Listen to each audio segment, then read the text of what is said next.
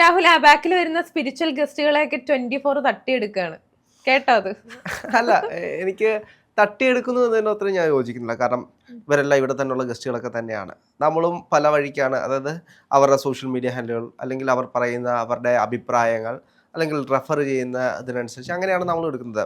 അപ്പോൾ അങ്ങനെയുള്ള ആളുകളൊക്കെ 24ലേക്കും അത്തരത്തിലുള്ള സാറ്റലൈറ്റ് ചാനലിൽ പോയിരുന്ന് സംസാരിക്കുമ്പോൾ എനിക്ക് യഥാർത്ഥത്തിൽ ഒരു അഭിമാനമാണ്. അബാക് മീഡിയ എന്ന് പറയുന്ന ഒരു പ്ലാറ്റ്ഫോമിന് ജനങ്ങളുടെ ഇടയിലേക്ക് ഇത്തരത്തിലുള്ള വ്യത്യസ്തമായിട്ടുള്ള കണ്ടന്റുകൾ എത്തിക്കാൻ കഴിഞ്ഞതിൽ, അതിൻ്റെ ഒരു പാർട്ടാവാൻ കഴിഞ്ഞതിൽ അഭിമാനം കൊള്ളുന്ന ഒരാളാണ് ഞാൻ. കാരണം ഇത്തരത്തിലുള്ള കാര്യങ്ങൾ പലപ്പോഴും അന്ധവിശ്വാസമാണ്, അല്ലെങ്കിൽ അന്ധവിശ്വാസത്തിൽ പ്രചരിപ്പിക്കുന്ന ആളുകളാണ് അബാക് മീഡിയ എന്ന് പറയുന്ന ഒരുപാട് ആളുകളൊക്കെ ഉണ്ട്. പക്ഷേ വ്യത്യസ്തമായിട്ടുള്ള കണ്ടന്റുകളെ സംബന്ധിച്ചിപ്പോൾ ആത്മാക്കളാണെങ്കിലും പ്രേതം, ഭൂതം, ഇത്തരത്തിലുള്ള കാര്യങ്ങൾക്ക് ആൾക്കാർക്ക് ഭയങ്കര ഇൻട്രസ്റ്റ് ആണ്. ഇപ്പോൾ ചിത്രയ്ക്ക് ഇത്തരത്തിലുള്ള കഥകൾ ഭയങ്കര ഇൻട്രസ്റ്റഡേ. നമ്മൾ ചെറിയ പ്രായം തൊട്ട് നമ്മൾ കേട്ട് വളർന്നു വന്നിട്ടുള്ള ഒരുപാട് കഥകളുണ്ട്. മുത്തശ്ശി കഥകൾ എന്ന് നമ്മൾ പറയുന്ന ഒരുപാട് കഥകൾ. ഈ കഥകൾ കേട്ടാണ് നമ്മളെല്ലാവരും വളർന്നു വന്നത്. അപ്പോൾ ഈ കഥകൾ കേട്ട് വരുന്ന നമ്മളുടെ ഉള്ളിൽ ക്യൂരിയോസിറ്റികളുണ്ട്. പ്രേതത്തെ കണ്ടാൽ നന്നായിരുന്നു, കണ്ടൊന്ന് സംസാരിക്കാൻ കഴിഞ്ഞിരുന്നെങ്കിൽ, ഒരു ആത്മാവിനെ ഒരു വട്ടമെങ്കിലും കാണാൻ കഴിഞ്ഞിരുന്നെങ്കിൽ എന്ന് ചിന്തിക്കുന്ന ഒരുപാട് ആളുകളുണ്ട്. ചിലപ്പോൾ ഇവിടെ വരുന്ന ഗസ്റ്റുകളുടെ അവരൊരു ഹാലൂസിനേഷൻ ആകാം. ഞാൻ ഒരുപാട് ഗസ്റ്റുകളെ ഇൻ്റർവ്യൂ ചെയ്തിട്ടുണ്ട്, അവരോടെല്ലാം സംസാരിച്ചിട്ടുണ്ട്. ഇവരുടെ യഥാർത്ഥ ശക്തികൾ കാണിക്കാൻ കഴിയുമോ എന്ന് ചോദിക്കുമ്പോൾ പലരും പറയുന്നത് ക്യാമറ ഇരിക്കുന്നു, ലൈറ്റ് ഇരിക്കുന്നു, അതുകൊണ്ട് ഇപ്പം അത് വർക്കാകില്ല എന്ന് പറയുന്ന ആളുകളുണ്ട്. ചില ആളുകൾ സ്റ്റേജിലെടുത്തുകൊണ്ട് തന്നെ ഞാൻ കാണിക്കാമെന്ന് പറഞ്ഞ് വെല്ലുവിളി ചെയ്യുന്ന ആളുകളുണ്ട്. അപ്പോൾ അതേപോലെ തന്നെ ഇപ്പം സ്പിരിച്വൽ ഗസ്റ്റുകൾ മാത്രമല്ല, ഇപ്പോൾ ഹിപ്നോട്ടിസം ചെയ്യുന്ന ആളുകളാണെങ്കിലും സൈക്കോളജിക്കൽ ഗസ്റ്റുകളാണെങ്കിലും, ഈ ഹിപ്നോട്ടിസം ചെയ്യുന്ന ആളുകളൊക്കെ ഒരുപാട് പേര് വന്നിട്ട് പലപ്പോഴും ഹിപ്നോട്ടിസം ചെയ്യാൻ നോക്കിയിട്ടുണ്ട്. ഇതെല്ലാം ഒരു സജഷൻ്റെ പുറത്ത് മാത്രം വർക്ക് ചെയ്യുന്നതാണ്, എല്ലാവർക്കും വർക്ക് ചെയ്യുന്ന കാര്യമല്ല. ഇതിപ്പോ ഞാൻ ചോദിക്കട്ടെ, കാരണം അവിടെ പോയിരിക്കുന്ന ഒരുപാട് ഗസ്റ്റുകളുണ്ട്, ഒരുപാട് ആളുകളുണ്ട്. 24 എന്ന് പറഞ്ഞ ആ ഒരു പരിപാടി ശരിക്കും പറഞ്ഞാൽ ഈ സ്പിരിച്വൽ ആയിട്ട് നിൽക്കുന്ന ആൾക്കാരെ ഭയങ്കരമായിട്ട് അവഹേളിക്കുന്ന രീതിയിൽ അവർ കണ്ടന്റുകൾ പുറത്തു വിടുന്നുണ്ട്. അങ്ങനെ കാണാനാണ് കുറേ ആളുകൾക്ക് ഇഷ്ടം. അതായത് ഒരു 80% ആളുകൾക്ക് അങ്ങനത്തെ സ്പിരിച്വാലിറ്റീനെ കളിയാക്കി വിടുന്ന കണ്ടന്റുകളോടാണ് താല്പര്യം കൂടുതൽ. വളരെ ചുരുക്കം ആൾക്കാർക്ക് മാത്രമേ സ്പിരിച്വൽ ആയിട്ടുള്ള കണ്ടന്റുകൾ കേൾക്കാനും അത് ആ വിശ്വാസത്തോടു കൂടി തന്നെ ഉൾക്കൊള്ളാനും ആഗ്രഹമുള്ള ആൾക്കാരുള്ളൂ. സ്വാഭാവികമായിട്ടും അങ്ങനെ തന്നെ ആയിരിക്കുമല്ലോ. ഇപ്പം ഇന്ത്യയിലുള്ള അല്ലെങ്കിൽ കേരളത്തിലുള്ള ആളുകൾക്ക് കുറച്ചുകൂടെ സയൻറ്റിഫിക് ടെമ്പറുള്ള ആളുകളാണ്. അവർ സയൻറ്റിഫിക്കലി ചിന്തിക്കുന്ന ആളുകളാണ്, ലോജിക്കലി ചിന്തിക്കുന്ന ആളുകളാണ്. ഞാൻ പോലും യഥാർത്ഥത്തിൽ ഇതിലൊന്നും വിശ്വസിച്ചിട്ടില്ലാത്ത ഒരാളാണ്. ഞാൻ ഇപ്പോഴും വിശ്വസിക്കാത്ത ഒരാളാണ്. ഞാൻ ഒന്നിലും വിശ്വസിക്കാറില്ല. ആത്മാവുണ്ട് അല്ലെങ്കിൽ പ്രേതമുണ്ട്, ഇതിലൊന്നും ഞാൻ വിശ്വസിക്കാറില്ല. പക്ഷേ ചില ആളുകൾ പറയുന്ന കഥകൾ, ഇപ്പോൾ പലപ്പോഴും ഇതിലേക്ക് ഗസ്റ്റുകളെ നമ്പർ തേടി വിളിക്കുന്ന ആളുകൾ എന്നെയും വിളിക്കാറുണ്ട്. പല ആളുകളും അവർ പറയുന്ന കഥകളുണ്ട്. മോനെ, ഞാൻ അനുഭവിച്ച ചില കാര്യങ്ങൾ. ചില ഗസ്റ്റുകളെ നമ്മൾ കണക്ട് ചെയ്ത് കൊടുത്തതിന് ശേഷം ചിലർ നമ്മളെ വിളിച്ചു പറയും, നന്ദിയുണ്ട്, എൻ്റെ പ്രശ്നങ്ങൾ മാറി. ഒറ്റ ദിവസം കൊണ്ട് അല്ലെങ്കിൽ 1-2 ആഴ്ചകൾ കൊണ്ട് ഇവരുടെ പ്രശ്നങ്ങൾ എങ്ങനെ മാറുമെന്ന് ഞാൻ ചിന്തിച്ചിട്ടുണ്ട്. അപ്പോൾ അവരുടെ സൈക്കോളജിക്കൽ പ്രശ്നങ്ങളാകാം, അല്ലെങ്കിൽ അവരുടെ ചിന്തകളാകാം, എങ്ങനെ വേണമെങ്കിലും നമുക്കതിനെ കാണാം. പക്ഷെ ആ ചിന്തയെ മാറ്റിക്കൊടുക്കാൻ കഴിയുന്നുണ്ടെങ്കിൽ അത് വലിയൊരു കാര്യമാണ്. പക്ഷേ ഇതിനകത്ത് ഒരുപാട് പറ്റിപ്പ് നടക്കുന്നുണ്ട്, ഒരുപാട് തട്ടിപ്പ് നടക്കുന്നുണ്ട്, പൈസയ്ക്ക് വേണ്ടി മാത്രം. അതായത് ഇതെല്ലാം ബുക്കിഷ് നോളജാണ്. ബുക്ക് വായിക്കുന്നു, അതിൻ്റെ കഥകൾ പറയുന്ന ഒരുപാട് കഥകളുണ്ട്. ഇപ്പോൾ നമുക്കറിയാം, മരണാനന്തര ജീവിതം എന്ന് ചോദിച്ചു കഴിഞ്ഞാൽ എല്ലാവരും പറയുന്ന ഒരേ കഥ തന്നെയാണ്. അത് ഒരാൾ എഴുതിയിട്ടുള്ളൊരു കഥയാണ്. അവരുടെ ഭാര്യ മരിച്ചു പോകുന്ന സമയത്ത് എഴുതിയ കാര്യങ്ങളെ പറ്റിയാണ് പറയുന്നത്. അപ്പോൾ അങ്ങനെ ഒരുപാട് പുസ്തകങ്ങളുണ്ട്. ആ പുസ്തകങ്ങൾ, മരണാനന്തരം എന്ത് എന്ന് പറയുന്നൊരു പുസ്തകമുണ്ട്. ആ പുസ്തകത്തിലെ കഥകളാണ് പലപ്പോഴും പറയുന്നത്. പിന്നെ കുറേ ലോകങ്ങളുണ്ട് എന്ന് പലരും പറയുന്നുണ്ട്. ഇപ്പം 24 വന്നിരുന്ന് പറയുന്ന ഗസ്റ്റുകൾ നോക്കിക്കഴിഞ്ഞാൽ ഭൂരിഭാഗം ഗസ്റ്റുകളും നമ്മുടെ അബാക് മീഡിയയിൽ വന്നു പോയിട്ടുള്ള ഗസ്റ്റുകളാണ്. അപ്പോൾ ഇവരെയെല്ലാം ഞാനും പലപ്പോഴും ഇൻ്റർവ്യൂ ചെയ്തിട്ടുള്ള ആളാണ്. പക്ഷെ ചില ആളുകളെ നമുക്ക് അവരുടെ അടുത്തേക്ക് ചെല്ലുമ്പോൾ നമുക്കൊരു ഫീൽ ഉണ്ടാകും, ഒരു യാഥാർത്ഥ്യമാണ്. ഇപ്പോൾ എന്നെ ഞെട്ടിച്ച 2-3 ഗസ്റ്റുകൾ മാത്രമാണ്. അബാക് മീഡിയയിൽ ഇത്രയും ഗസ്റ്റുകൾ വന്നിട്ടുണ്ടെങ്കിലും എന്നെ ഞെട്ടിച്ചത് ഒരു 2-3 ഗസ്റ്റുകൾ മാത്രമാണ്. കാരണം അവർ പറഞ്ഞിട്ടുള്ള കാര്യങ്ങൾ, നമുക്ക് മാത്രം അറിയുന്ന നമ്മുടെ ചില രഹസ്യങ്ങൾ, അല്ലെങ്കിൽ നമുക്ക് മാത്രം അറിയാൻ കഴിയുന്ന ചില കാര്യങ്ങൾ. അതിലും എന്നെ കൂടുതൽ അതിശയിപ്പിച്ചിട്ടുള്ളത് ക്യാമറയുടെ മുന്നിൽ വരാത്ത കുറേ ആളുകളുണ്ട്. ക്യാമറയുടെ മുന്നിൽ വരാത്ത ആളുകൾ എന്ന് വെച്ച് കഴിഞ്ഞാൽ നമ്മൾ ഇതിനെപ്പറ്റി പഠിക്കാൻ പോകുമല്ലോ. അതായത് അപ്പോൾ നമ്മുടെ അടുത്തേക്ക് വരുന്ന ഗസ്റ്റുകൾ അവരെല്ലാം സോഷ്യൽ മീഡിയയിൽ പലപ്പോഴും തിളങ്ങി നിൽക്കുന്ന ആളുകളാണ്. അബാക് മീഡിയയിൽ വന്നിട്ട് തിളങ്ങിയ ആളുകളുണ്ട്. അപ്പോൾ ഇവരല്ലാതെ നമ്മൾ അറിയാത്ത കുറേ ആളുകളുണ്ട്. ഇപ്പോൾ പലപ്പോഴും ഞാൻ പറയാൻ ഉദ്ദേശിക്കുന്നത് കാടിനകത്ത് ഈ കാണി വംശത്തിൽപ്പെട്ട ഒരുപാട് ആളുകളുണ്ട്.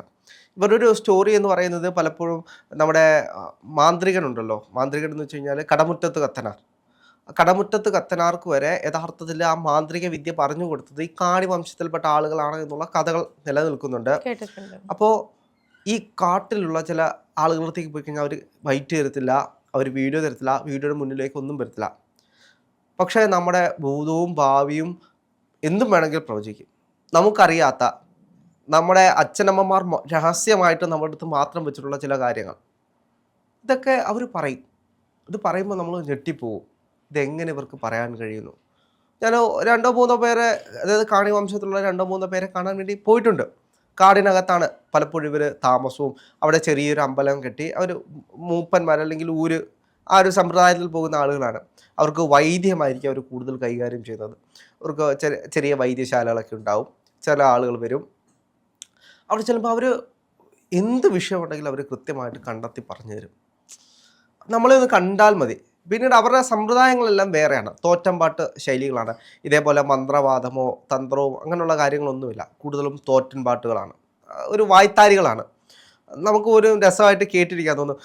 ജടപട ജടപട അങ്ങനെ കട്ടിയുള്ള കടികെട്ട് വാക്കുകളുള്ളൊരു തോറ്റൻ പാട്ട് ശൈലിയിലാണ് പലപ്പോഴും പോകുന്നത്. അവർക്ക് രഹസ്യമായിട്ടുള്ള ആചാരങ്ങളുണ്ട്, ബലികൾ. അത് കാടിനകത്തായതുകൊണ്ട് ആരും അറിയാറില്ല. എനിക്കൊന്നു സർക്കാരിലെ ചില ആളുകൾ, സർക്കാർ ഉദ്യോഗസ്ഥർ മാത്രം അറിഞ്ഞുകൊണ്ട് ചില ഭാഗങ്ങളിൽ നടക്കുന്ന ചില കാര്യങ്ങളാണ്. അതൊന്നും വെളിയിലേക്ക് പോകാറേ ഇല്ല. ഇപ്പോൾ നമുക്കറിയാം, ശബരിമലയുമായി ബന്ധപ്പെട്ടാണെങ്കിൽ പോലും ഒരുപാട് രഹസ്യ ആചാരങ്ങൾ നിലനിൽക്കുന്നുണ്ട്. അത് അവിടെ ഉള്ളിൽ മാത്രം നിലനിൽക്കുന്ന ചില രഹസ്യ ആചാരങ്ങളാണ്. അതുകൊണ്ടാണ് ആരും വെളിയിൽ പറയാൻ ഉദ്ദേശിക്കാത്തത്. അത് അങ്ങനെ തന്നെ പോകട്ടെ എന്ന് കരുതിയിട്ടായിരിക്കും. അപ്പോൾ അങ്ങനെയുള്ള ഒരുപാട് സമ്പ്രദായങ്ങളുണ്ട്. അപ്പോൾ നമുക്കറിയാം, നമ്മുടെ സുനിൽ പരമേശ്വരൻ, എനിക്ക് ചിത്രയ്ക്കും അനുഭവമുണ്ട്.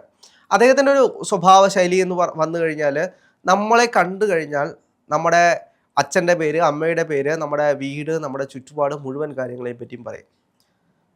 നമ്മുടെ ഭൂതകാലം മുഴുവൻ പറയും.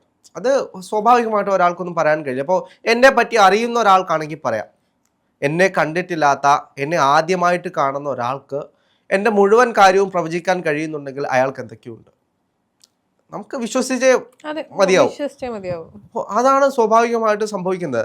പലപ്പോഴും ഈ ഗസ്റ്റുകളുടെ അടുത്തേക്ക് ചെല്ലുമ്പോൾ പലപ്പോഴും അവർ പല ഹീലിംഗ് ടെക്നിക്കുകളാണ്. ഇപ്പോൾ ഒരുപാട് ഹീലിംഗ് മെത്തേഡുകളുണ്ട്. എനിക്ക് തോന്നുന്നു അബാക് മീഡിയയിലൂടെയാണ് തോന്നുന്നു ഒരുപാട് ഹീലിംഗ് ടെക്നിക്കുകളെ പറ്റി ആളുകളിലേക്ക് എത്തിക്കാൻ. അതായത് ഇൻ്റർവ്യൂ എടുക്കുന്ന എനിക്കോ മറ്റുള്ള ആളുകൾക്കോ പോലും അറിയാത്ത ഹീലിംഗ് ടെക്നിക്കുകളുണ്ട്. പുതിയത് ഡെവലപ്പ് ചെയ്തുകൊണ്ടിരിക്കുകയാണ്. ഇപ്പോൾ ഇന്ത്യയിൽ മാത്രമല്ല, അമേരിക്കയിലാണെങ്കിലും ജപ്പാനിലാണെങ്കിലും കൊറിയയിലാണെങ്കിലും ഇവിടെയുള്ള ഒരുപാട് ഹീലിംഗ് ടെക്നിക്കുകളുണ്ട്. ഇതെല്ലാം പലപ്പോഴും ഭാരതത്തിലേക്ക് കൊണ്ടുവരുന്നുണ്ട്. അതേപോലെ തന്നെ ഭാരതത്തിൻ്റെതായിട്ടുള്ള ഓൺ ഹീലിംഗ് ടെക്നിക്കുകളുണ്ട്. അതെനിക്ക് തോന്നുന്നു കൂടുതലും ഈ വൈദ്യം തന്നെയാണ്. വൈദ്യത്തിൽ തന്നെ നാഡി ജ്യോതിഷം, അങ്ങനെ ഒരുപാട് കാര്യങ്ങളുണ്ട്. നാഡി, കുറേ കാര്യങ്ങൾ, നമുക്ക് പോലും അറിയാത്ത കുറേ കാര്യങ്ങളുണ്ട്. അപ്പോൾ ഇതൊന്നും പഠിച്ചാലൊന്നും തീരുന്ന വിഷയങ്ങളൊന്നും അല്ല. പലപ്പോഴും ഇവർക്ക് ദീക്ഷയായിട്ട് രഹസ്യമായിട്ടാണ് ഇത് പലപ്പോഴും കൊടുക്കാറുള്ളത്. ഇത് കിട്ടുന്ന ആളുകളൊന്നും വെളി പറയാറില്ല. എൻ്റെ ഒരു കാഴ്ചപ്പാടിൽ വലിയ ശക്തികളുള്ള ആളുകളൊന്നും വെളി പറയാറില്ല. സോഷ്യൽ മീഡിയയിലേക്ക് വരാറില്ല. സോഷ്യൽ മീഡിയ വരാറില്ല. അവർ പൈസയും വാങ്ങില്ല. അതാണ് അവിടുത്തെ മറ്റൊരു കാര്യം. ഞാൻ ഈ കാടിനുള്ളിലേക്ക് പോയതിൽ നിന്ന് എനിക്ക് മനസ്സിലായത്, അവരാരും പൈസ വാങ്ങിക്കില്ല. അവർ പൈസയ്ക്ക് വേണ്ടിയിട്ടല്ല. പൈസയ്ക്ക് വേണ്ടിയിട്ടാണെങ്കിൽ നമുക്ക് പറയാം, ഇപ്പോൾ 2500, 3000 അല്ലെങ്കിൽ 10000, 50,000 ഒക്കെ കൺസൾട്ടേഷൻ ഫീസ് വാങ്ങിക്കുന്ന ആളുകളുണ്ട്. ആ നാട്ടിലാണ് നമ്മൾ. അപ്പോൾ ആളുകൾക്ക് എന്തെങ്കിലും പ്രശ്നങ്ങളുണ്ട്, ആ പ്രശ്നങ്ങൾ മാറ്റാൻ കഴിയുന്നുണ്ടെങ്കിൽ ഓക്കെ, നമ്മുടെ പ്രശ്നമാണ്. എനിക്ക് 1 ലക്ഷം കൊടുത്താലും 10 ലക്ഷം കൊടുത്താലും എൻ്റെ പ്രശ്നം മാറിയാൽ മതി എന്ന് ചിന്തിക്കുന്ന ആളുകളാണ്. പൈസയല്ല നമുക്ക് ആ സമയത്ത് നമുക്ക് വിഷയം വരുന്നത്. ഇപ്പോൾ ചിത്രയ്ക്ക് ഒരു വലിയൊരു വിഷയം വരിക, ആ സമയത്ത് ചിത്രയ്ക്കിനി എന്താണെങ്കിലും പൈസ ആയിരിക്കത്തില്ല, മനസമാധാനം എന്ന് പറയുന്നൊരു കാര്യമായിരിക്കും. അൾട്ടിമേറ്റ്ലി നമുക്കെല്ലാം വേണ്ടത് മനസ്സമാധാനമാണ്. അതിന് വേണ്ടിയിട്ടാണ് നമ്മളെല്ലാം പൈസ സമ്പാദിക്കുന്നതുമെല്ലാം. അപ്പോൾ ഇത് കിട്ടാത്തൊരു സാഹചര്യത്തിൽ ഇത് എവിടുന്നെങ്കിലും കിട്ടിക്കഴിഞ്ഞാൽ 1000 കിട്ടിയാലും 10 ലക്ഷം പോയാലും കുഴപ്പമില്ല എന്ന് പറഞ്ഞ് ചിലവാക്കുന്ന ഒരുപാട് ആളുകളുണ്ട്. അങ്ങനെയാണ് പലപ്പോഴും പല മന്ത്രവാദികളുടെ അടുത്തും പല പൂജാരിമാരുടെ അടുത്തും പല പൂജകൾക്കുമായിട്ട് കോടികളും ലക്ഷങ്ങളും ഒക്കെ ചിലവാക്കുന്നത്. ഈ ലക്ഷങ്ങളൊക്കെ ചിലവാക്കിയിട്ട് എന്ത് കിട്ടി എന്നൊരു ചോദ്യമുണ്ട്. പക്ഷേ ഞാൻ മനസ്സിലാക്കിയതനുസരിച്ച് രഹസ്യമായിട്ട് ശക്തിയുള്ള ആളുകൾ, പൈസ വേണ്ടാത്ത ആളുകൾ, നമ്മളുടെ ഭൂതവും ഭാവിയും മാത്രമല്ല, നമ്മൾ എന്താണ് ചെയ്യേണ്ടത്, നമ്മുടെ പ്രശ്നങ്ങൾ എന്തൊക്കെയാണ് എന്ന് പറഞ്ഞു തരാൻ കഴിയുന്ന ആളുകൾ, അവരുടെ അടുത്തേക്ക് പോകുന്നതാണ് ഏറ്റവും ഉചിതം. അത് കണ്ടെത്താൻ വലിയ പാടാണ്. എനിക്ക് തോന്നുന്നു നമ്മുടെ ഇവിടുത്തെ ഗുരു സമ്പ്രദായമാണെങ്കിൽ പോലും പലരും ഒരുപാട് ടെക്നിക്കുകൾ പഠിക്കുന്നുണ്ട്. ഒരു ഗുരുവിൻ്റെ അടുത്തേക്ക് പോകുന്നു, അവിടുന്ന് അടുത്തതിൻ്റെ അടുത്ത് പോകുന്നു. പൂർണ്ണമായിട്ടുള്ള ആളുകളെ കിട്ടാൻ വളരെ ബുദ്ധിമുട്ടാണ്. എന്താണെങ്കിലും ഗുരുക്കന്മാരൊക്കെ ഇന്ന് ഒരുപാടുണ്ട്. പഠിച്ചിറങ്ങുന്നവരെല്ലാം ഗുരുക്കന്മാരാണ്. ഇന്ന് വളരെ നല്ല രീതിയിൽ കൊണ്ടുപോകാൻ കഴിയുന്നൊരു ബിസിനസ്സായിട്ട് ഇത് മാറിയിട്ടുണ്ട്. ബിസിനസ്സിനപ്പുറത്തേക്ക് മനുഷ്യർക്ക് സമാധാനം കൊടുക്കാൻ കഴിയുന്ന ആളുകളായിട്ട് വളർന്നു വരികയാണെങ്കിൽ അതും നല്ലൊരു കാര്യം തന്നെയാണ്. ആളുകളുടെ പ്രശ്നങ്ങൾ കൂടി കൂടി വരികയാണ്. ഡിപ്രഷൻ, ആങ്സൈറ്റി, എല്ലാ കാര്യങ്ങളും ഇത് സോൾവ് ആക്കാൻ ആരെങ്കിലും ഒക്കെ വേണം. സർക്കാരിന് ഇപ്പോൾ 24 ഇരുന്ന ഒരാൾ പറയുന്നുണ്ട്, ഇതെല്ലാം സർക്കാരിൻ്റെ ഉത്തരവാദിത്തമാണ്, സർക്കാർ ഇവർക്കെല്ലാം ട്രീറ്റ് ചെയ്ത് കൊടുക്കണം. സർക്കാരിനൊരു പരിധിയുണ്ട്. അവരവരുടെ പ്രശ്നങ്ങൾ ചെറിയ പ്രശ്നങ്ങളാണെങ്കിൽ ഒരാളുടെ അടുത്ത് പോയി ഒരു 1000 രൂപ കൊടുത്ത് അല്ലെങ്കിൽ 500 രൂപ കൊടുത്ത് തീർക്കാൻ കഴിയുന്നതാണെങ്കിൽ അങ്ങനെ തീരട്ടെ എന്ന് കഴിയണം.